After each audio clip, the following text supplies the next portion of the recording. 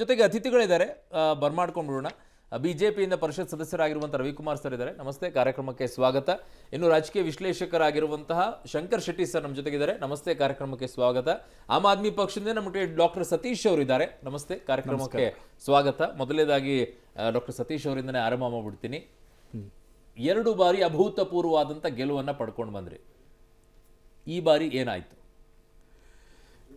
ನೋಡೋಣ. ಇನ್ನೂ ಕೌಂಟಿಂಗು ನಡೀತಾ ಇದೆ.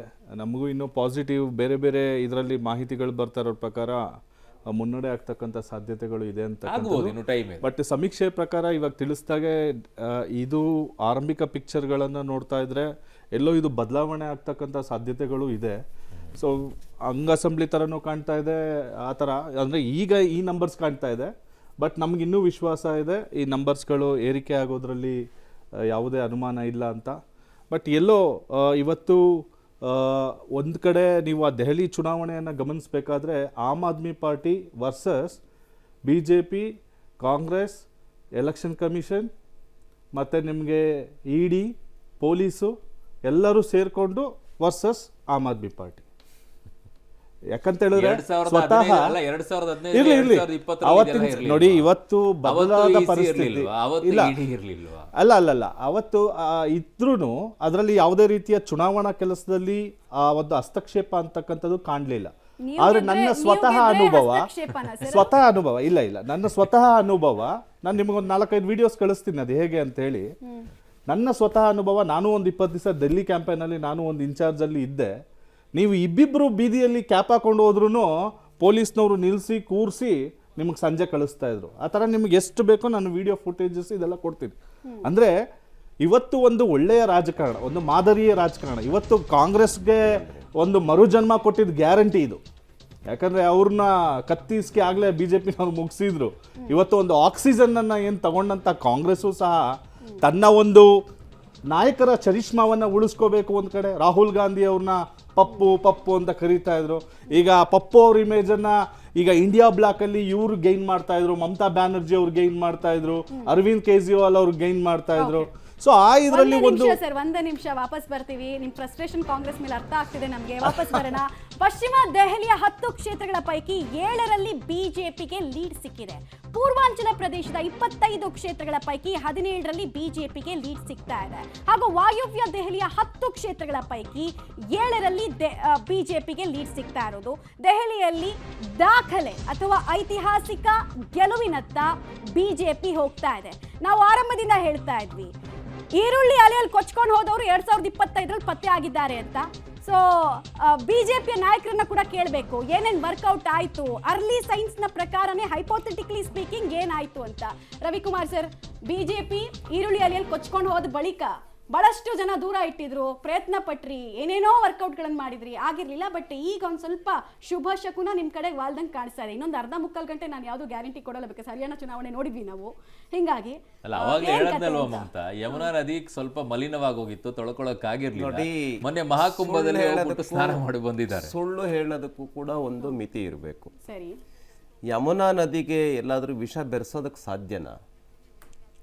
ಯಮುನಾ ನದಿನಲ್ಲಿ ವಿಷ ಬೆರೆಸ್ತಕ್ಕಂಥವ್ರನ್ನ ಮನುಷ್ಯರು ಅಂತ ಕರೀತಾರ?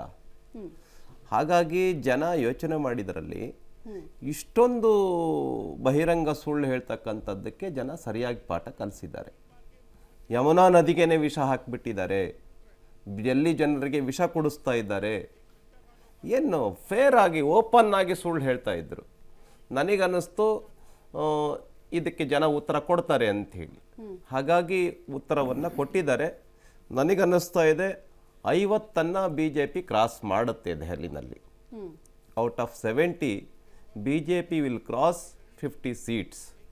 ಹಾಗಾಗಿ ಅಲ್ಲಿನ ದುರಾಡಳಿತ, ಭ್ರಷ್ಟಾಚಾರ, ಇದನ್ನೆಲ್ಲದಕ್ಕೂ ಕೂಡ ಉತ್ತರ ಕೊಟ್ಟಿದ್ದಾರೆ. ನೀವು ಆಗಲೇ ಹೇಳ್ತಾ ಇದ್ರಿ same applies to Karnataka also. Karnataka also, ಕರ್ನಾಟಕದಲ್ಲೂ ಅನ್ವಯಿಸುತ್ತೆ. ಕಂಪ್ಲೀಟ್ ಮಾಡ್ತೀನಿ. ಇದಕ್ಕೂ ಕರ್ನಾಟಕಕ್ಕೆ ಬರ್ತೇನೆ ನೋಡಿ. ಈಗ ಆಪ್ನವ್ರು ಹೇಳ್ಬೋದು, ಕೇಜ್ರಿವಾಲ್ ಅವ್ರು ಹೇಳ್ಬೋದು ಏನಂತ, ನನ್ನ ವಿರುದ್ಧ EVM, ED, ಪೊಲೀಸು, CBI ಇವೆಲ್ಲವು. ಅಂದರೆ ಆಪ್ ಮಾತ್ರ ಕರಪ್ಟು, ಪೊಲೀಸ್ ಆಪ್ ಮಾತ್ರ ಸರಿ, ಆಪ್ ಮಾತ್ರ ಪ್ರಾಮಾಣಿಕ, ಇನ್ನು ಏನು ಪೊಲೀಸು ಕರಪ್ಟು, ಇಡಿ ಕರಪ್ಟು, ಆಮೇಲೆ ಈವನ್ ನ್ಯಾಯಾಲಯ ಕರಪ್ಟು, ಎಲ್ಲವೂ ಕರಪ್ಟು. ಆಪ್ ಮಾತ್ರ ಪ್ರಾಮಾಣಿಕ. ಈ ಧೋರಣೆಗೆ ಜನ ಉತ್ತರ ಕೊಟ್ಟಿದ್ದಾರೆ. ಅಲ್ಲ, ನಿಮ್ಮನ್ನ ರೇಗಿಸ್ತಿದ್ರಲ್ಲ ಅವರು, ದುಲ್ಹಾ ಕೌನ್ ಅಂತ, ನಿಮ್ಮಲ್ಲಿ ಮದ್ವೆಗೆ ತಯಾರು ಮಾಡ್ಕೊಂಡಿದ್ದೀರಾ, ಹುಡುಗನೇ ರೆಡಿ ಇಲ್ಲ ಅಂತೆಲ್ಲ ಅಂತ ಇದ್ರು ಅವರು. ಅದೇ ಹೇಳ್ತಿದ್ದೀನಲ್ಲ, ಭಾರತೀಯ ಜನತಾ ಪಾರ್ಟಿ ನಮ್ಮಲ್ಲಿ CM ಕ್ಯಾಂಡಿಡೇಟನ್ನು ನಾವು ರೆಡಿ ಮಾಡಿಲ್ಲ. ನಮ್ಮ ಈಗ ಬಹುಮತ ಬಂದ ಮೇಲೆ ನಮ್ಮ ನಾಯಕರಲ್ಲಿ ಯಾರಾದರೂ ಒಬ್ಬರು CM ಆಗ್ತಾರೆ. CM ಕೆಲವು ರಾಜ್ಯಗಳಲ್ಲಿ CM ಕ್ಯಾಂಡಿಡೇಟನ್ನು ಅನೌನ್ಸ್ಮೆಂಟ್ ಎಲೆಕ್ಷನ್ಗೆ ಹೋಗಿದ್ದೀವಿ. ಕೆಲವು ಸ್ಟೇಟ್ಗಳಲ್ಲಿ CM ಕ್ಯಾಂಡಿಡೇಟನ್ನು ಅನೌನ್ಸ್ ಮಾಡ್ದೇನೆ ಚುನಾವಣೆಯ ಸ್ಟ್ರಾಟಜಿ ದೃಷ್ಟಿಯಿಂದ ನಾವು ಚುನಾವಣೆಗೆ ಹೋಗಿದ್ದೇವೆ. ಹಾಗೆ ಆಪ್ನಲ್ಲಿ ಇಲ್ಲಿ ದೆಹಲಿನಲ್ಲಿ ನಾವು CM ಕ್ಯಾಂಡಿಡೇಟನ್ನು ಅನೌನ್ಸ್ಮೆಂಟ್ ಮಾಡ್ದೇನೆ ಸಾಮೂಹಿಕ ಪ್ರಯತ್ನದ ಮೂಲಕ, ಸಾಮೂಹಿಕ ನಾಯಕತ್ವದ ಮೂಲಕ ಭಾರತೀಯ ಜನತಾ ಪಾರ್ಟಿ ಮಾಡಿದೆ. ಇದಕ್ಕೆ ದೆಹಲಿ ಇಡೀ ದೇಶದಾದ್ಯಂತ ನರೇಂದ್ರ ಮೋದಿಜಿ ಅವರ ಕಡೆ ಇಡೀ ದೇಶದ ಜನ ಇದ್ದಾರೆ ಅನ್ನುವಂಥ ಒಂದು ಮೆಸೇಜ್. ಅಭಿವೃದ್ಧಿಯ ಪರ ಜನ ಇದ್ದಾರೆ, ಅಭಿವೃದ್ಧಿಗೆ ಜನ ವೋಟ್ ಹಾಕ್ತಾರೆ ಅನ್ನುವಂಥದ್ದನ್ನ ಈ ಚುನಾವಣೆ ಮತ್ತೆ ಮತ್ತೆ ಅದಿರ್ಲಿಲ್ವಾ? ಗೆದ್ದಾಗ ಮಾತ್ರ ಮೋದಿ ಅವರು, ಸೋತಾಗ ಅಲ್ಲ.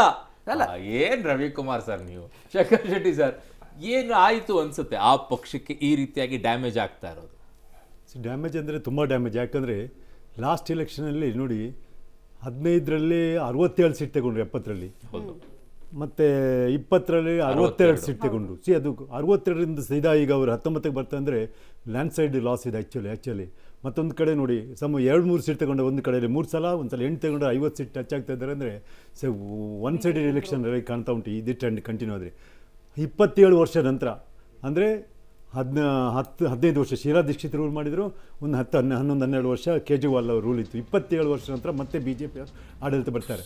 BJPಯಲ್ಲಿ 93ಯಲ್ಲಿ ಗೆದ್ದ ನಂತರ ಅವರು ಗೆದ್ದದ್ದು ಪುನಃ ಈಗ ಇದರಲ್ಲಿ 25 ಅಂದರೆ 32 ವರ್ಷ ನಂತರ ಅವರಿಗೆ ಗೆಲುವು ಕಾಣ್ತಾ ಉಂಟು ಆ್ಯಕ್ಚುಲಿ.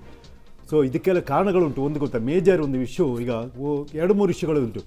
ಆಲ್ಮೋಸ್ಟ್ ಎಲ್ಲ ನಾನು ಎನಾಲಿಸಿಸ್ ನೋಡ್ತಿದ್ದೆ, ಈಗ ಇವ್ರು ಮಾಡ್ತಾ ಇರೋಂಥದ್ದು, ಅದರಲ್ಲಿ ಕಾರಣ ಕೊಡ್ತಾ ಇದ್ದಾರೆ. ಅವರು ಕಾರಣ ಕೊಡುವಾಗ ಹೋಲ್ಡ್ ಮಾಡ್ತೀನಿ. ಸ್ಲಮ್ ಪ್ರದೇಶದ 32 ಕ್ಷೇತ್ರಗಳ ಪೈಕಿ 17ರಲ್ಲಿ ಇವರು ಬಿಜೆಪಿ ಅವ್ರ ಮುನ್ನಡೆ ಇದೆ. ಮಧ್ಯಮ ವರ್ಗದ ಪ್ರದೇಶದಲ್ಲಿ 28ರ ಪೈಕಿ 21ರಲ್ಲಿ ಮುನ್ನಡೆ ಇದೆ. ಮೇಲ್ವರ್ಗದವರೇ ಇರುವ ಪ್ರದೇಶಗಳಲ್ಲಿ ಬಿಜೆಪಿಗೆ 7 ಕ್ಷೇತ್ರಗಳಲ್ಲಿ ಲೀಡ್ ಕಾಣಿಸ್ತಾ ಇದೆ. ಎಲ್ಲಾ ವರ್ಗದ ಜನರ ಮನವನ್ನ ಈಗ ಗೆದ್ದಿದೆ. ಅದು ಗೆಲ್ಲದೆ ಇದ್ದರೆ ಇಷ್ಟೊಂದು ನಂಬರ್ಸ್ಗಳು ಕಾಣಿಸ್ತಾನೆ ಇರಲಿಲ್ಲ. ಆಲ್ಮೋಸ್ಟ್ ಆಲ್ ಮುಸ್ಲಿಮರು ಸೇರಿದಂತೆಯೇ ಆ ಕ್ಷೇತ್ರಗಳು ಕಾಣಿಸಿಕೊಳ್ತಾ ಇದೆ. ಎಸ್ ಶಂಕರ್ ಶೆಟ್ಟಿ ಸರ್, ಇಲ್ಲಿ ನೋಡಿ, ಕೆಲವು ಕಾರಣಗಳುಂಟು. ಇದು ಅವರು ಅನಾಲಿಸಿಸ್ ಮಾಡಿ ಹೇಳ್ತಾರೆ.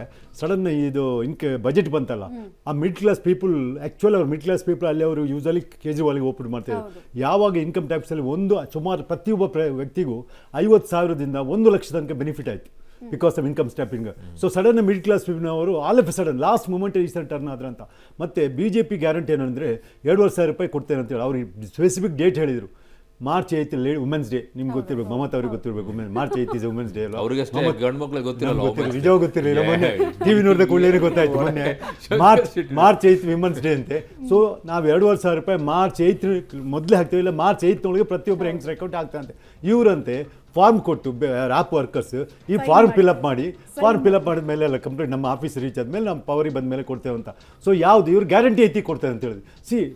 ಇವರ ಅಪ್ರೋಚ್ ಮತ್ತು RSS ವರ್ಕರ್ಸ್ ಇವ್ರು ಹೇಳಿದಾಗೆ ಸಿಕ್ಕಾಪಟ್ಟೆ ವರ್ಕ್ ಮಾಡಿದ್ದಾರೆ. ಮತ್ತು ಇಬ್ಬರು ಕೊಡ್ತಾರೆ, ಅವರು ಆಗ ಜನಗಳು ಮೋದಿ ಗ್ಯಾರಂಟಿಯನ್ನೇ ನಾವು ಜಾಸ್ತಿ ನಂಬೋದು.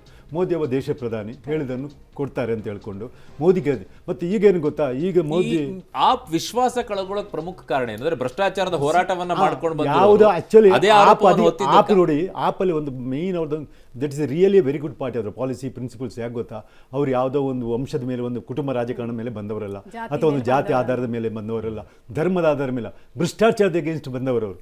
ಈ ಭ್ರಷ್ಟಾಚಾರದ ಅಗೇನ್ಸ್ಟ್ ಬಂದವರು ಈ ಭ್ರಷ್ಟಾಚಾರಲ್ಲೇ ಸಿಕ್ಕಾಕೊಂಡ್ರು. ಅದು ಪಾರ್ಶಿಯಲಿ ಜನ ಎಗ್ರಿ ಆದರು. ಇವರು ಸಿಕ್ಕಾಕೊಂಡ್ರು ರಿಯಲಿ ಭ್ರಷ್ಟಾಚಾರ ಅಂದರೆ. ಪಾರ್ಶಿಯಲಿ ಜನ ಒಪ್ಪಕ್ಕಲೇ ಇಲ್ಲ. ಯಾಕಂದರೆ ಪಾರ್ಶಿಯಲಿ ಯಾಕಂತ ವರ್ಡ್ ಯೂಸ್ ಮಾಡಿದ್ರೆ ED CBI ಅವರೆಲ್ಲ ಇವ್ರ ಕಡೆಯವರು ಇರೋದು. ಸೊ ಗೌರ್ಮೆಂಟ್ ಅವ್ರನ್ನ ತಗಲಿಸ್ಬಿಟ್ಟಿದೆ ಅಂತ ಹೇಳಿ ಅದಕ್ಕಾಗಿ ಪಾರ್ಶಿಯಲ್ ಅಂತೆ. ಆದರೂ ಕೆಲವರ ಮೇಲೆ ಇವರ ಲೀಡ್ರ್ಗಳು ನೋಡಿ, ಮೊನ್ನೆ ಫರ್ಕಾಸ್ಟ್ ಇವನ್ 5 ಲೀಡ್ರ್ ಹೆಸರು ಹೇಳಿದ ಒಬ್ಬ ಅನಲಿಸ್ಟ್ ಆಕ್ಸಿಸ್ ಇಂಡಿಯಾದವರು. 5 ಲೀಡರಲ್ಲಿ ಎಕ್ಸೆಪ್ಟ್ CM ಒಬ್ಳು ಗೆಲ್ಬೋದು, ಉಳಿದ ಟಾಪ್ ಲೀಡರ್ ಕೇಜ್ರಿವಾಲ್ ಸೋಲ್ದು. ಮತ್ತು ಅಲ್ಲಿ CM ಡೌಟ್ ಅಂತ ಹೇಳ್ದ. ಒಬ್ಬ ಗೋಪಾಲ್ ರಾಯ್ ಅಂತ ಹೇಳುವ ಕ್ಯಾಂಡಿಡೇಟ್ ಮಾತ್ರ ಒಬ್ಬ ಲೀಡರ್ಗಳಲ್ಲಿ ಮಿನಿಸ್ಟ್ರ್ಗಳಾದ ಒಬ್ಬ ಗೆಲ್ಬೋದು. ಮತ್ತು ಸೌರಭ್ ಇವರೆಲ್ಲ ಸೋಲ್ತಾರೆ.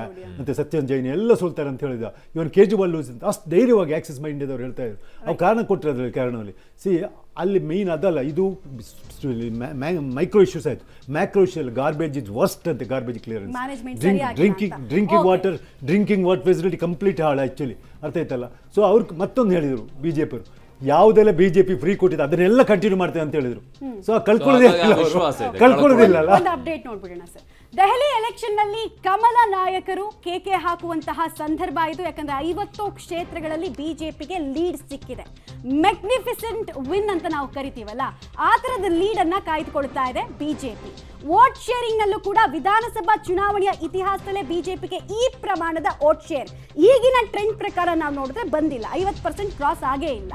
ಸೊ ಇನ್ನೊಂದು ಅಪ್ಡೇಟ್ ಅಂತ ಹೇಳಿದ್ರೆ, ಮಧ್ಯಮ ವರ್ಗದ ಜನರ ಮನವನ್ನ ಕದಿಯುವಲ್ಲಿ ಅಥವಾ ಗೆಲ್ಲುವಲ್ಲಿ ಮೋದಿ ಹಾಗೂ ಬಿಜೆಪಿಯ ನಾಯಕರು ಯಶಸ್ವಿ ಆದ್ರು. ಇನ್ಫ್ಯಾಕ್ಟ್ ಬಹುತ್ ಬ್ರಹ್ಮಾಸ್ತ್ರ ಅಂತ ನಾವು ಕರಿತಾ ಇದ್ದಿದ್ದು ಈ ಟ್ಯಾಕ್ಸ್ ನ ಎಕ್ಸಾಮ್ಷನ್ ವಿಚಾರ, ಅದು ವರ್ಕೌಟ್ ಆದಂಗೆ ಕಾಣಿಸ್ತಾ ಇದೆ. ಇಡೀ ಚುನಾವಣೆಯ ಟ್ರಂಪ್ ಕಾರ್ಡ್ ಆಗಿ ಅಥವಾ ಗೇಮ್ ಚೇಂಜರ್ ಆಗಿ ಅದು ಎಮರ್ಜ್ ಆಗಿದ್ರ ಪರಿಣಾಮವಾಗಿ ನಮಗೆ ಬಿಜೆಪಿಯ ನಾಯಕರಿಗೆ ಇಷ್ಟು ಗೆಲುವು, ಈ ಪ್ರಮಾಣದ ಗೆಲುವು ಸಿಕ್ತು ಅಂತ ಹೇಳಲಾಗ್ತಾ ಇದೆ.